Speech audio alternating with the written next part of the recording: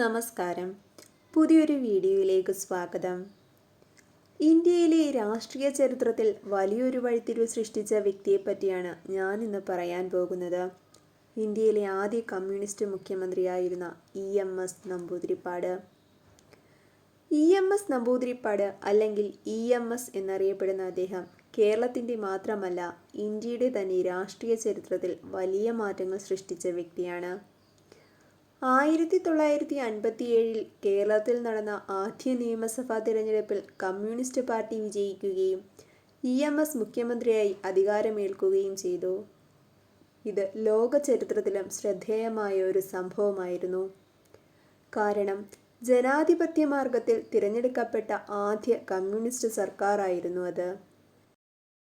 1909 കേരളത്തിലെ ഒരു നമ്പൂതിരി കുടുംബത്തിൽ ജനിച്ച EMS നമ്പൂതിരിപ്പാട് ആദ്യം കോൺഗ്രസ് പാർട്ടിയിലൂടെയാണ് തൻ്റെ രാഷ്ട്രീയ ജീവിതം ആരംഭിക്കുന്നത്.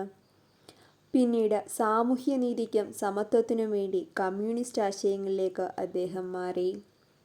മുഖ്യമന്ത്രിയായിരിക്കുമ്പോൾ EMS നടപ്പിലാക്കിയ ചില പ്രധാന പരിഷ്കാരങ്ങൾ കേരളത്തിൻ്റെ സാമൂഹിക ഘടനയെ തന്നെ മാറ്റിമറിച്ചു.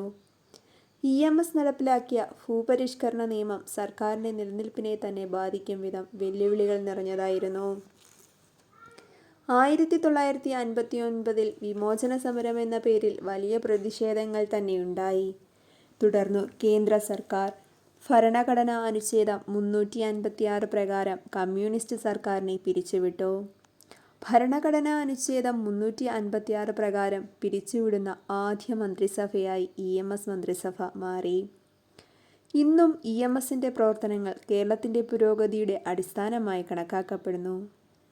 ഇന്ത്യയിലെ ആദ്യ കമ്മ്യൂണിസ്റ്റ് മുഖ്യമന്ത്രിയായ EMSൻ്റെ ജീവിതം നമ്മെ പഠിപ്പിക്കുന്നത് ആശയങ്ങൾക്കായി നിലകൊള്ളുമ്പോൾ ചരിത്രം തന്നെ മാറ്റാൻ കഴിയുമെന്നാണ്. ഈ വീഡിയോ നിങ്ങൾക്ക് ഇഷ്ടമായെങ്കിൽ ചാനൽ സബ്സ്ക്രൈബ് ചെയ്യാനും ഷെയർ ചെയ്യാനും മറക്കല്ലേ. താങ്ക്